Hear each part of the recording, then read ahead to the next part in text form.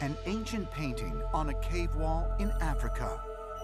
Ceremonial clay objects discovered in Sweden. A mysterious sculpture found in China.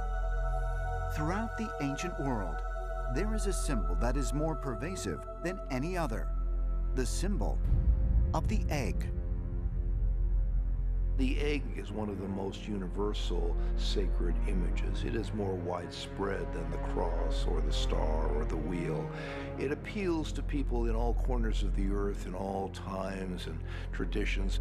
There may be a more tangible explanation for the concept of the cosmic egg, one that is connected directly to the arrival of extraterrestrial visitors.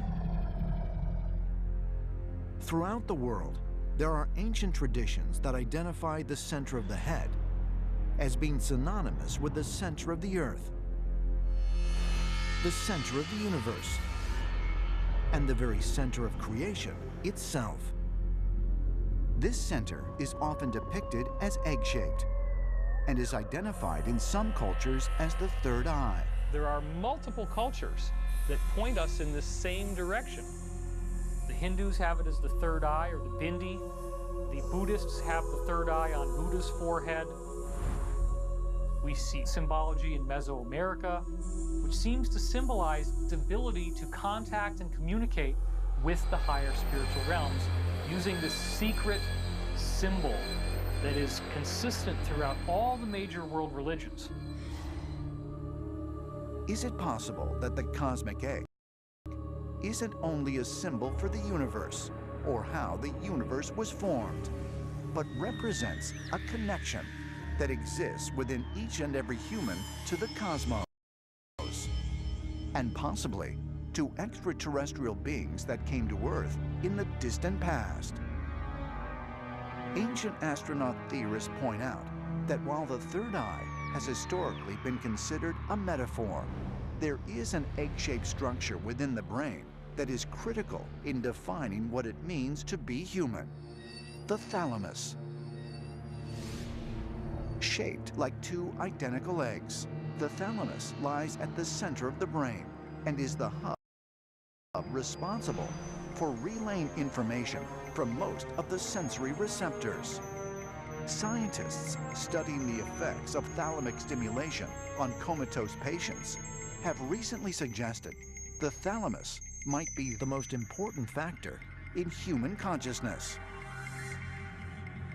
The thalamus is like a relay station in the brain. So you have all the primary sensory information coming in, like information coming in your eyes, through your retina, and through your ears, and all these sensations. The first place they go after the primary sense organs is they get funneled to the thalamus. And then the thalamus sorts out this information and relays it to the various parts in the cortex that process that primary sensory information. If the thalamus is damaged, usually it will knock out consciousness. It's a very critical point where all the information comes to, and then it's distributed in the cortex. The thalamus is called the lamp, the open eye, even the third eye. And when you look at this, to just get was it in fact a gift from extraterrestrial beings that awakened us, that enabled us to become connected to the divine or extraterrestrial realm?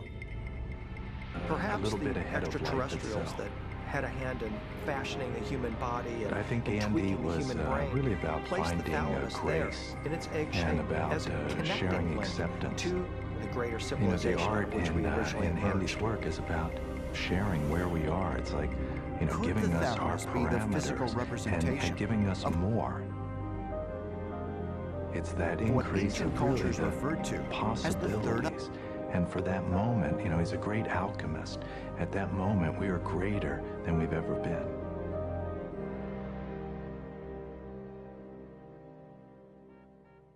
So there's pop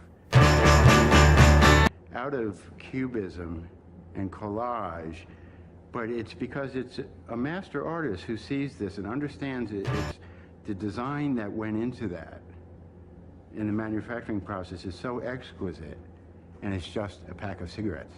But if you really look at it, It's a master-crafted art piece. In the 60s, the whole world became exposed like that. And that was the gist of what pop was in America here, that everything became art.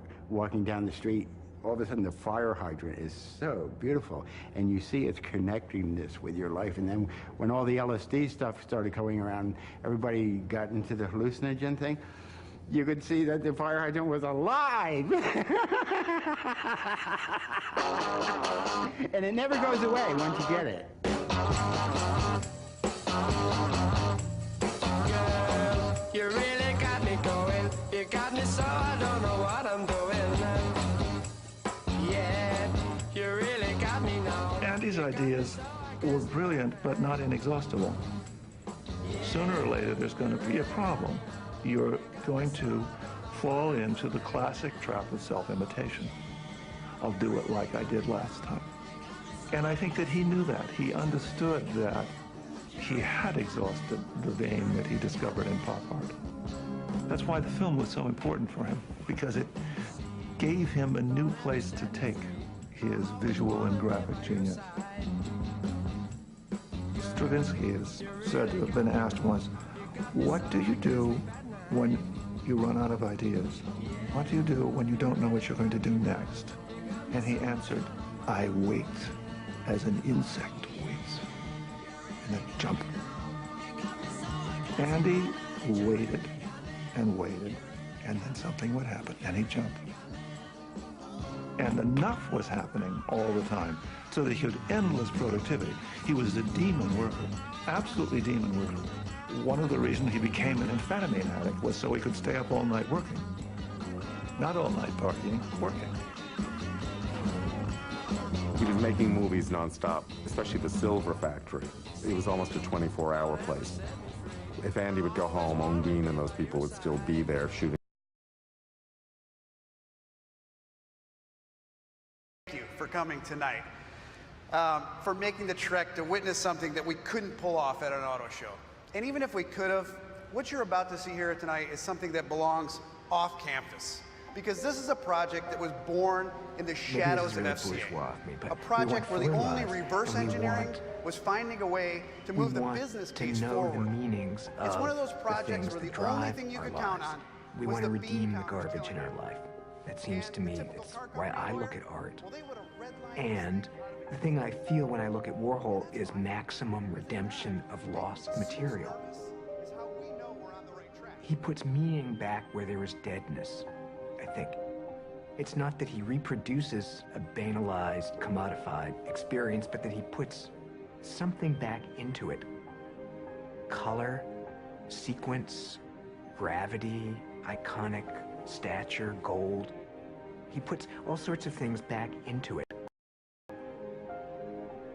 He puts repetition and the pleasure of repetition, the pleasure of making one thing and then another and not discarding either one of them. He puts that back into human experience. And art took that out a long time ago when it separated the artists from the non-artists. And there were some who got to make pretty things and others who could at best be pretty things or buy pretty things.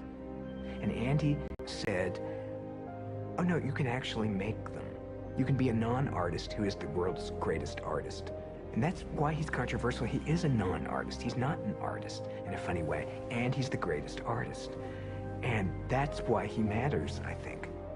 That he's sort of Oprah language, he's empowering. You know, do it yourself. That's one of his paintings. I think it's a huge motto of his, to seize the means of production. But isn't that what the proletariat's supposed to do? And isn't that what Andy did when he made films? Everything he did seemed to be about seizing the means of reproduction. And it's a power move. I love the generosity of Andy's work. And I look at it and I think that it's about playing God. It's about creating life. It's about that spark of trying to just, in the most economical means, to just get a little bit ahead of life itself. I think Andy was really about finding grace and about sharing acceptance. You know, the art in Andy's work is about sharing where we are. It's like, you know, giving us our parameters and giving us more. It's that increase of really the possibilities. And for that moment, you know, he's a great alchemist. At that moment, we are greater than we've ever been.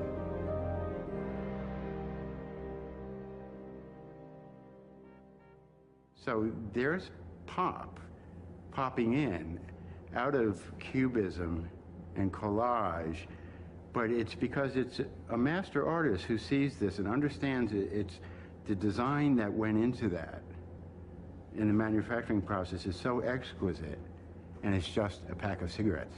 But if you really look at it, it's a master crafted art piece. In the 60s, the whole world became exposed like that. And that was the gist of what pop was in America here, that everything became art.